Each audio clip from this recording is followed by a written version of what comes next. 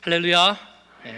주님의 은혜와 평강이 성도님들 가정과 일터마다 함께 하시기를 간절히 축원합니다.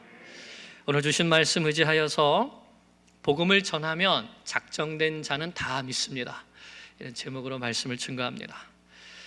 가을이 왔습니다. 덥지도 않고 춥지도 않고 뭐 하기 딱 좋은 계절일까요? 네, 전도하기 딱 좋은 계절입니다. 사도행전 말씀을 보면서 우리 속에서 정말 복음을 전해야 되겠다 하는 이런 열정들이 서서히 일어나는 것을 보게 됩니다. 전도는 예수님의 지상명령입니다. 예루살렘과 온 유대와 사마리아와 땅끝까지 이르러 내 증인이 되리라. 예수님께서 원하시고 바라시는 소망이자 또 명령이죠. 또한 우리가 복음을 전할 때에 하나님께서 작정하신 사람들이 영생을 얻기 때문에 우리는 복음을 전해야 됩니다. 이 열매 맺는 가을에 우리도 전도의 열매를 많이 맺어서 하나님께 영광을 올려드리는 우리의 삶이 되기를 간절히 축원합니다. 우리는 지금 바울의 1차 전도 여행을 보고 있습니다. 여러분, 오늘 주보에 지도가 한 장 이렇게 끼워져서 드렸죠. 바울의 1차, 2차, 3차 전도 여행, 그리고 로마 여행까지 그려져 있습니다. 좀 작은 글씨들도 있어서 좀 빽빽하지만 지금 여러분 보시기에 파란색으로 표시된 것이 바울의 1차 전도 여행이죠.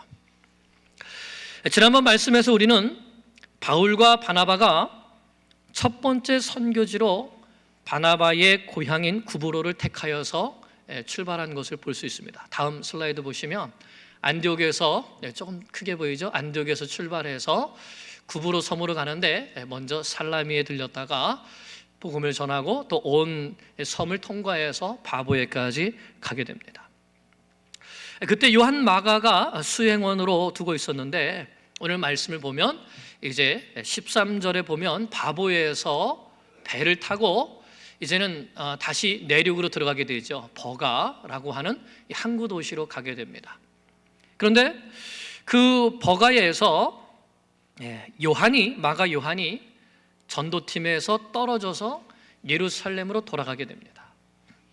왜 마가가 전도팀을 떠나서 돌아갔는지 여러 가지 추측이 있습니다.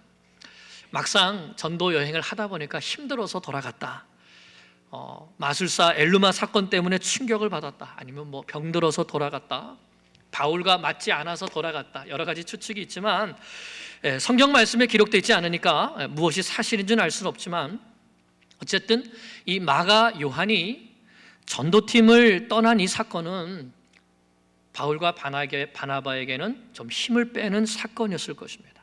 그래서 이 일 때문에 2차 전도 여행을 출발할 때에 바울과 바나바가 마가를 데려갈 것인가 말 것인가 이 문제로 심하게 다투게 되고 결국은 둘이 갈라서서 따로 각각 전도 여행을 떠나게 되죠.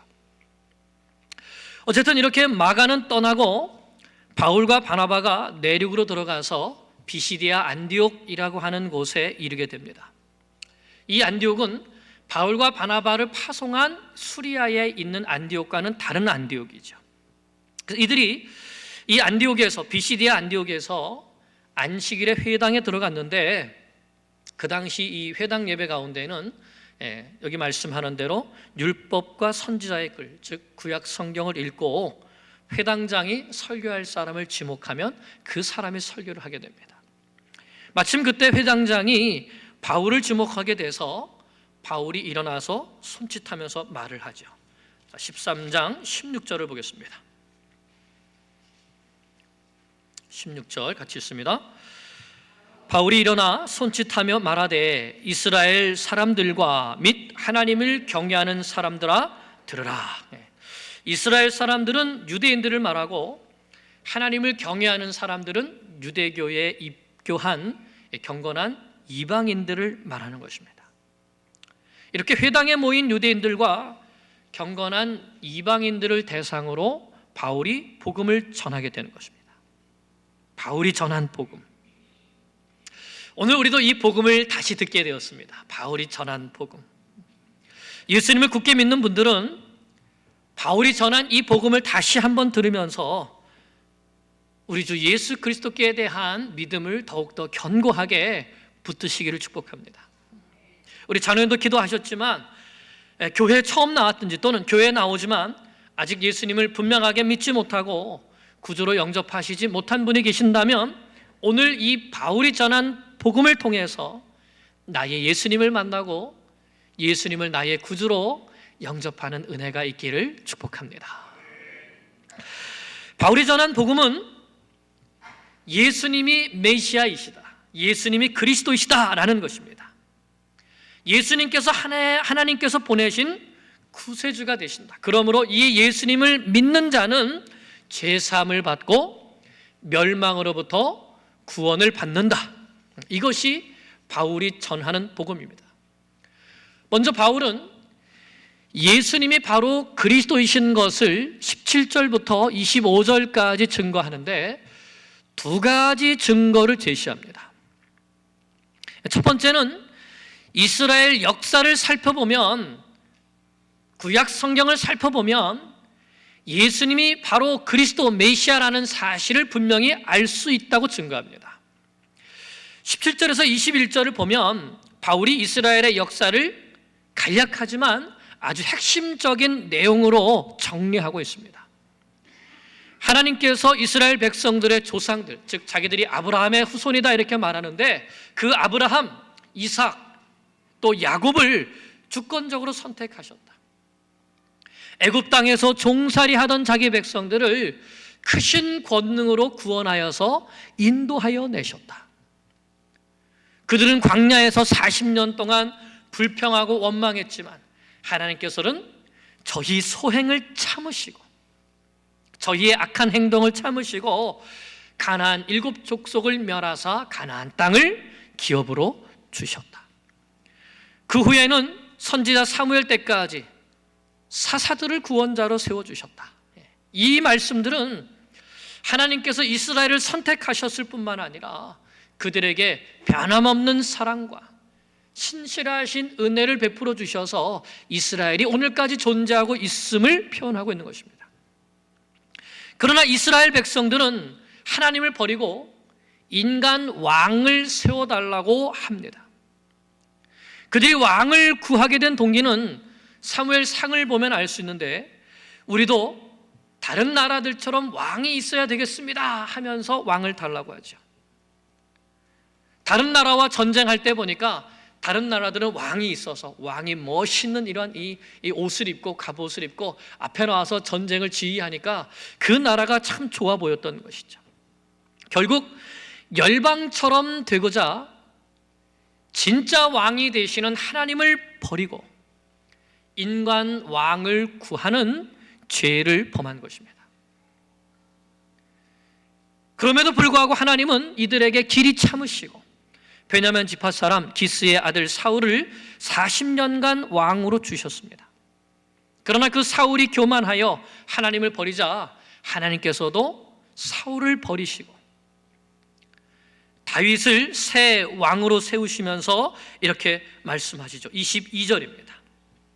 22절 패하시고 다윗을 왕으로 세우시고 증언하여 이르시되 내가 이새의 아들 다윗을 만나니 내 마음에 맞는 사람이라 내 뜻을 다 이루리라 하시더니. 그래서 이제까지 이 말씀을 가만히 살펴보면 여기에는 여러 가지 동사들이 많이 나옵니다. 택하시고 인도하여 내시고 참으시고 멸하시고 주시고 세우시고 패하시고. 그런데 중요한 것은 이러한 동사들의 주어가 누구이죠? 하나님이십니다. 그럼 이게 무슨 뜻일까요? 바로 하나님께서 역사의 주인이시라는 것입니다.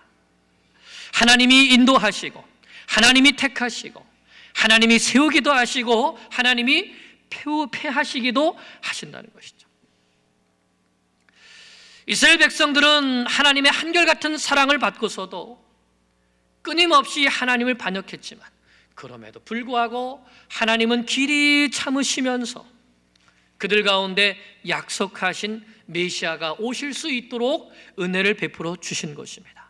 그래서 바울은 이스라엘 역사를 쭉 말하면서 그 가운데 있는 하나님의 은혜와 하나님의 신실하신 사랑을 강조하고 있습니다. 하나님께서 그렇게 하셨다는 것이죠. 오늘 우리가 이렇게 하나님 앞에 나와서 예배 드릴 수 있는 것도 전적인 하나님의 은혜 때문입니다. 하나님께서 우리를 예정하셨습니다. 하나님께서 우리를 선택하셨죠. 하나님께서 우리를 부르셨습니다. 하나님께서 우리에게 구원을 선물로 주셨습니다. 하나님께서 우리를 예배의 자리로 부르신 것이죠. 하나님께서 오늘도 우리의 삶을 지키고 인도해 가시고 계십니다. 비록 우리가 연약하여 범죄할 때에도 하나님은 포기하지 않으시고 신실하신 사랑으로 붙들어 주셨습니다. 그러기에 오늘 우리가 여기 이 자리에 있을 수 있는 것입니다. 그럼 우리는 그 신실하신 하나님의 사랑을 오늘 다시 기억하고 하나님께 감사와 찬송을 드려야 합니다. 사도 바울이 늘 고백했듯이 나의 나된 것은 오직 하나님의 은혜라.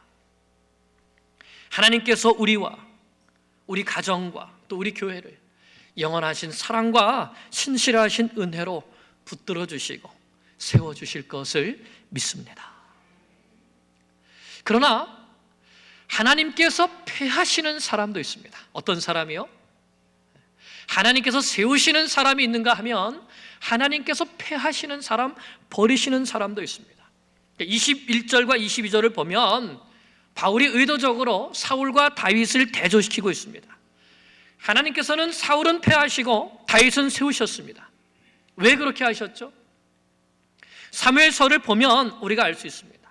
사울은 인본주의의 대표적인 사람이었고, 그래서 하나님을 믿는다고 하지만 사실은 자기 마음대로 자기 뜻대로 사는 사람이었습니다.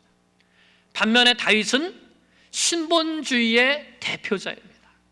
항상 하나님의 뜻을 생각하고 하나님께 묻고 하나님께 순종하는 사람이었죠. 사울은 내가 왕이었기 때문에 나 하고 싶은 대로 다 하는 사람이었습니다.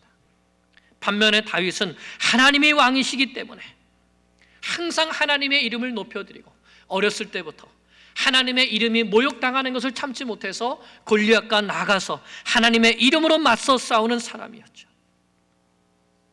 사울은 자기가 잘못할 때마다 매번 회개하지 않고 변명만 늘어놓았습니다. 사무엘이 오지 않아서 내가 번제를 드렸습니다. 하나님께 제사 드리려고 내가 양들 가운데 소떼 가운데 좋은 것들만 내가 남겨뒀습니다.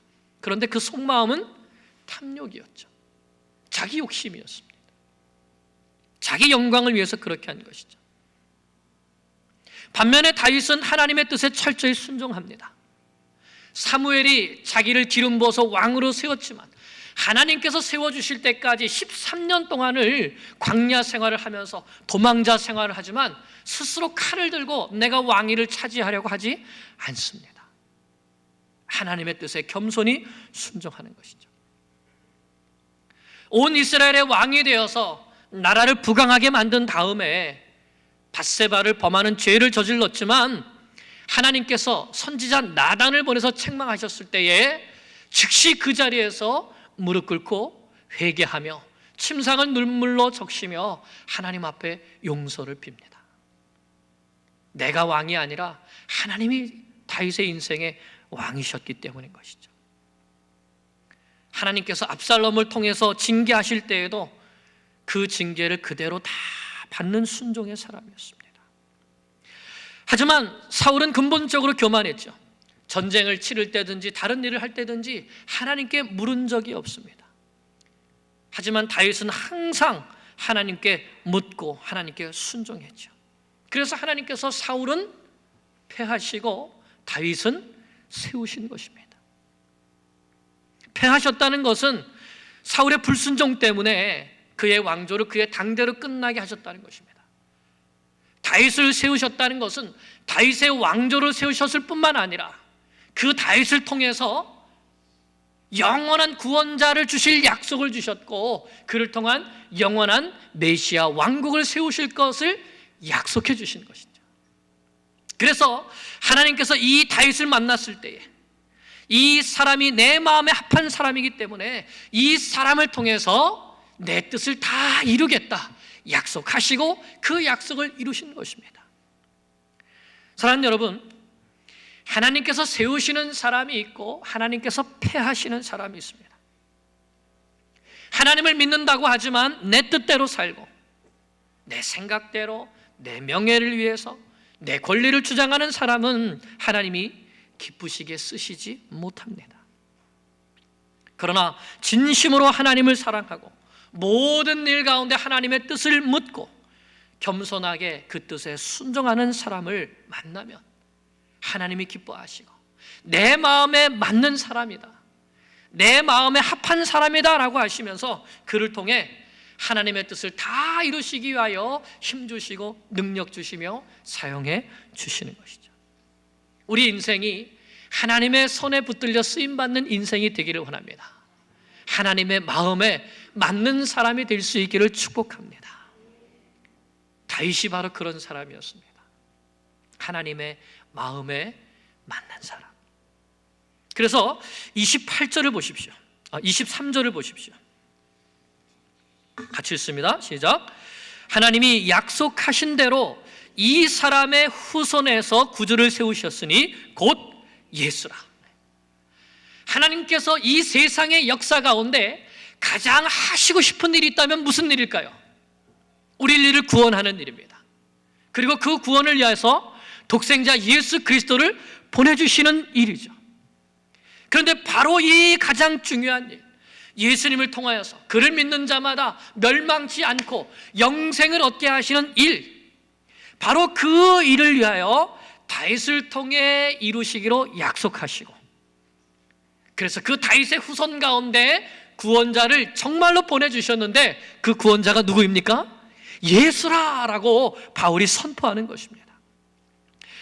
우리가 마태복음 1장을 보면 아브라함과 다윗의 자손 예수 그리스도의 세계라 이렇게 시작하죠. 신약 성경이 그렇게 시작합니다. 예수님이 아브라함의 자손이고 다윗의 자손인 것을 증거하면서 그 밑에 족보가 쭉 기록되어 있습니다. 예수님이 약속의 자손인 것, 구세주이신 것을 분명히 기록하는 것입니다.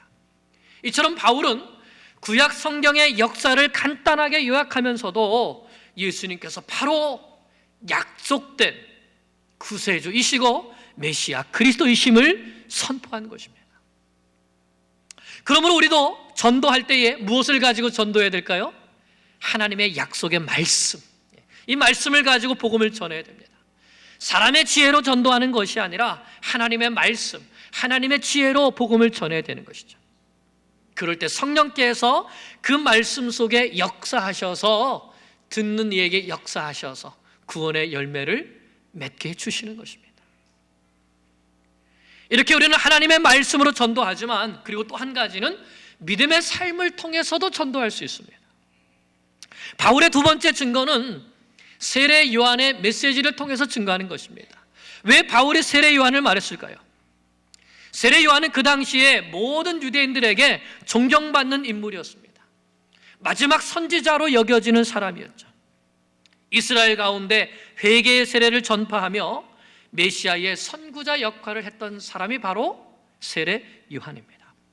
그런데 그 세례 요한이 오늘 말씀에 25절에 보면 그가 달려갈 길을 마칠 때에 너희가 나를 누구로 생각하느냐? 나는 그리스도가 아니라 내 뒤에 오시는 이가 있으니 나는 그의 그 발의 신발끈을 풀기도 감당하지 못하리라. 즉 내가 그리스도가 아니라 내 뒤에 오시는 분이 그리스도이시다.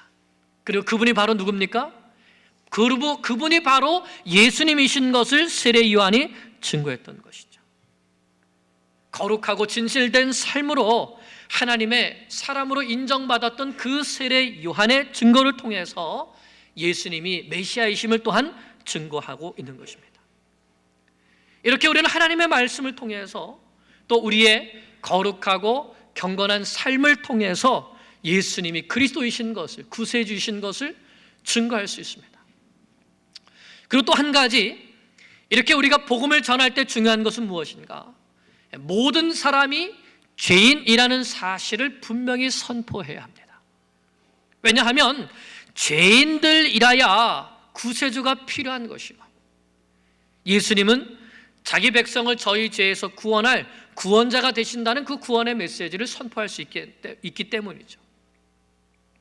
바울은 유대인들이 하나님께서 보내주신 구원의 말씀, 곧 메시아 예수님을 어떻게 대했는가를 이렇게 말합니다. 27절 29절입니다 27절 29절 같이 읽습니다. 예루살렘에 사는 자들과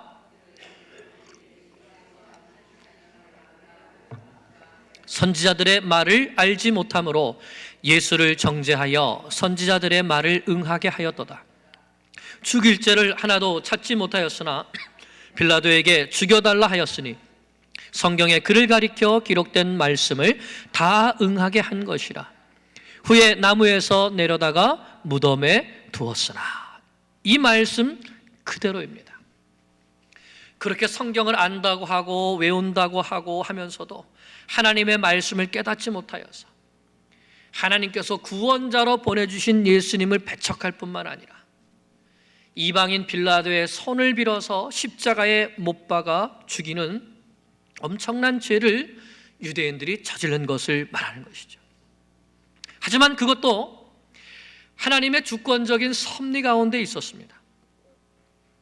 하나님은 그들의 악을 선으로 바꾸셔서 그들은 예수님을 십자가에 못 박여 죽였지만 하나님께서는 그를 사흘 만에 다시 무덤 가운데에서 살아나게 하셨습니다. 그런데 이것도 성경의 약속을 성취하는 것이죠. 첫째로 33절에 있는 너는 내 아들이라 오늘 너를 낳았다는 이 시편 2편 7절 말씀인데, 이 말씀은 예수님이 하나님께서 낳으신 아들이신 것을 말씀해 주시는 것이죠. 이것이 예수님의 부활로 하나님께서 다시 생명을 살리심을 통해서 입증된 것입니다. 둘째는 34절에 있는 내가 다윗의 거룩하고 미쁜 은사, 이 은사는 선물이라는 뜻입니다. 다윗의 거룩하고 미쁜 선물을 너에게 주리라는 이사야서 55장 3절 말씀인데, 또 35절에 있는 주의 거룩한 자로 썩음을 당하지 않게 하리라는 시편 16편 10절 말씀.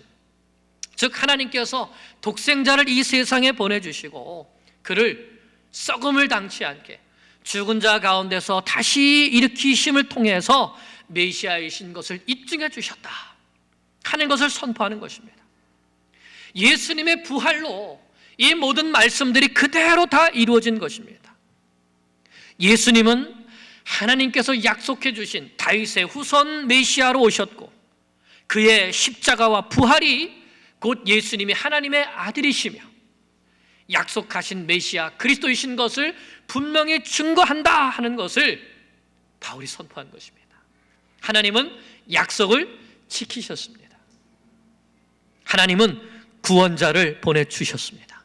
그분이 바로 예수 그리스도이십니다. 그러므로 이제 우리는 어떻게 해야 됩니까? 38절 39절입니다 우리 다시 한번 읽어보겠습니다.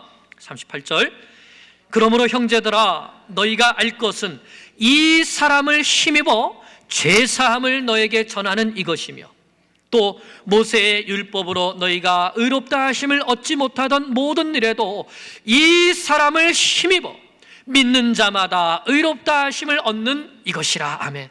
여러분 이 말씀에는 밑줄을 쫙 쳐놓으셔야 돼요. 이 사람을 힘입어 죄사함을 얻는다, 이 사람을 힘입어 의롭다함을 얻는다. 이것이 바울이 전하는 복음의 핵심이죠. 예수님을 힘입어 죄사함을 받으라, 예수님을 믿음으로 의롭다함을 받으라.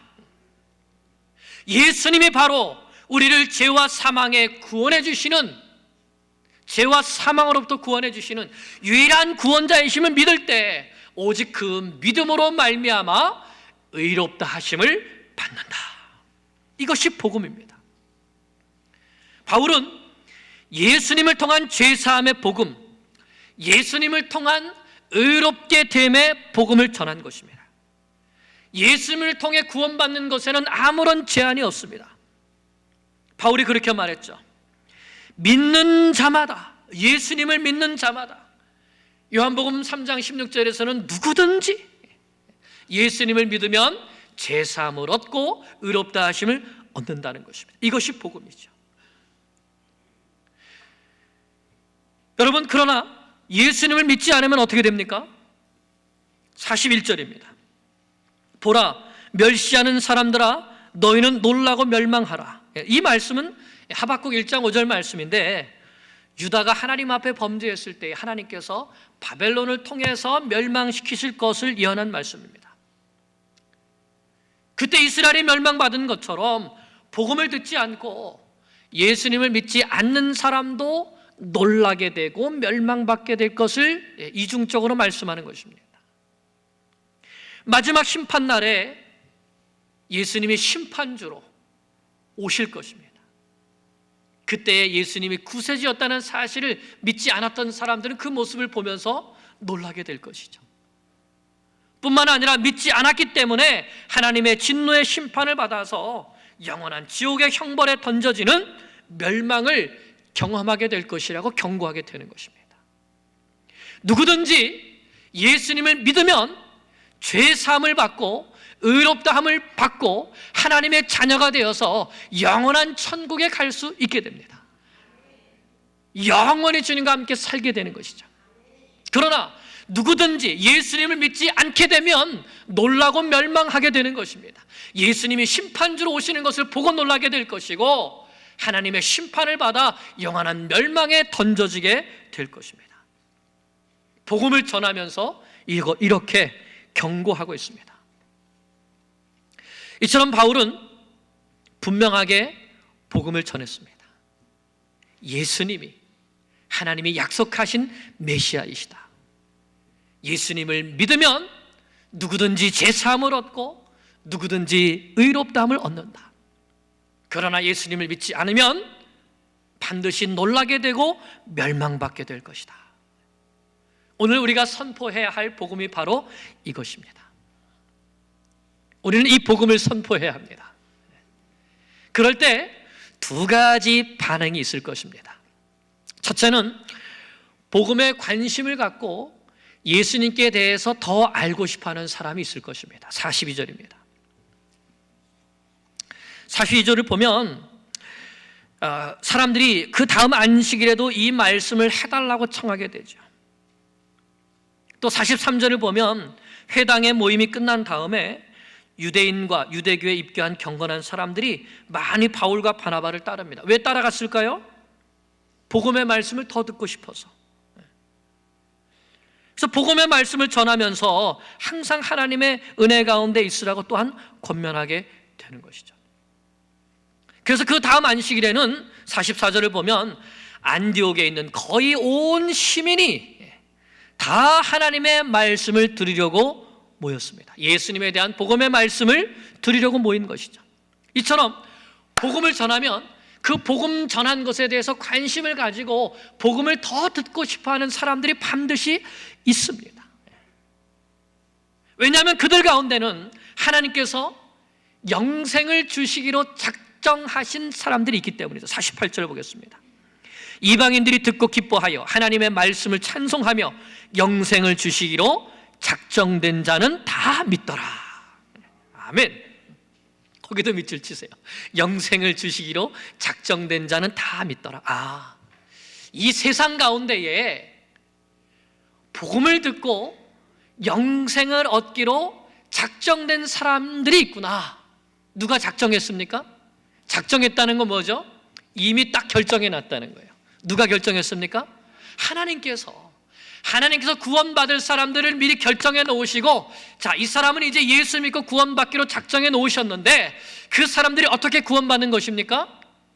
바울과 같은 복음 전도자들이, 바나바와 같은 복음 전도자들이 나가서 복음을 전할 때에 성령께서 그들의 마음속에 역사하셔서 복음이 궁금하게 하시고 예수님에 대해서 궁금하게 하시고 그 말씀을 들을 때에 믿음을 주셔서 내가 죄인인 것을 깨닫게 하시고 예수님이 구세주이신 것을 믿게 하셔서 예수님을 영접하게 하시는 것이죠. 그래서 누구든지 그 예수님을 영접하는 자는 멸망에 이르지 않고 영생을 얻고 하나님의 자녀가 되는 복, 그 은혜를 베풀어 주시기로 어떻게 된 사람들? 작정된 사람들이 있다는 것입니다. 그러니까 우리는 복음을 전해야 되는 것이죠. 왜요? 작정된 사람들이 있기 때문에. 우리 가족 가운데, 우리 이웃 가운데, 저 먼 나라 선교지 가운데에도 하나님께서 영생을 주시기로 작정하신 사람들이 있습니다. 그러므로 우리는 때를 얻든지 못 얻든지, 여기에 있든지 저기에 있든지 항상 복음을 전파하기에 힘쓰는 사람들이 되어야 되는 것입니다. 복음을 전하는 지혜 종들이 되기를 축복합니다. 또 두 번째 반응이 있습니다. 반드시 두 번째 반응을 보이는 사람들이 있는데, 복음을 배척하는 사람들이죠. 45절입니다. 시작. 유대인들이 그 무리를 보고 시기가 가득하여 바울이 말한 것을 반박하고 비방하거늘. 그들은 어떤 사람입니까? 핍박하는 사람들이죠. 반박하고 비방하는 사람들입니다. 46절 말씀과 같이 하나님 말씀 듣기를 싫어하고 영생을 얻기에 합당하진 않은 자로 자처하는 사람들입니다. 예수가 무슨 구원자냐?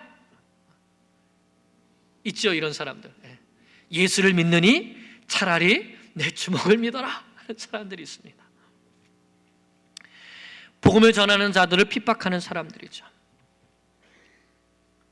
그러나 50절을 보면 이에 유대인들이 경건한 귀부인들과 그 신의 유력자들을 선동하여 바울과 바나바를 박해하여 그 지역에서 쫓아내니, 이들은 영생을 주시기로 작정된 자들이 아닙니다.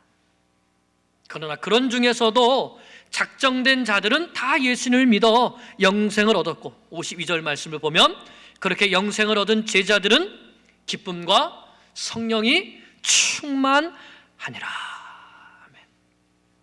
사랑하는 여러분, 오늘 우리는 바울을 통해서 복음을 들었습니다.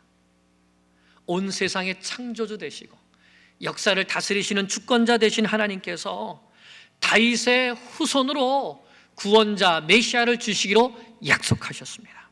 그분이 바로 예수 그리스도이십니다. 성경이 이를 증거하고 세례 요한이 또한 이것을 증거했습니다. 비록 유대인들은 예수님을 배척하고 십자가에 못 박아 죽였지만 하나님께서 3일 만에 다시 부활시키심을 통하여서 하나님께서 또한 친히 증거하셨습니다. 예수가 구원자이다. 그러므로 그 예수님의 이름을 힘입는 모든 자마다 죄 사함을 얻고 의롭다 하심을 얻어서 영생을 얻게 됩니다. 예수님이 구세주이시다. 이것이 바로 복음이죠. 우리가 이 복음을 전할 때에 비방하고 비난하고 또한 박해하는 사람들이 있을 것입니다.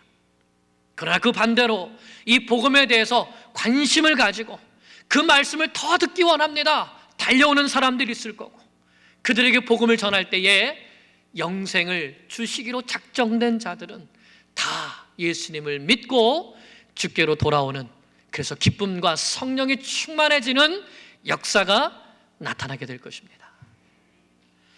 이 약속의 말씀을 힘입어 우리가 복음을 전파하기를 쉬지 않기를 원합니다. 이 가을에 하나님께서 기뻐하시는 복음 전도자가 되어서 죄사함을 얻고 의롭다함을 주는 그 이름, 예수의 이름을 전파하는 주의 백성들 되시기를 간절히 축원합니다. 기도드리겠습니다.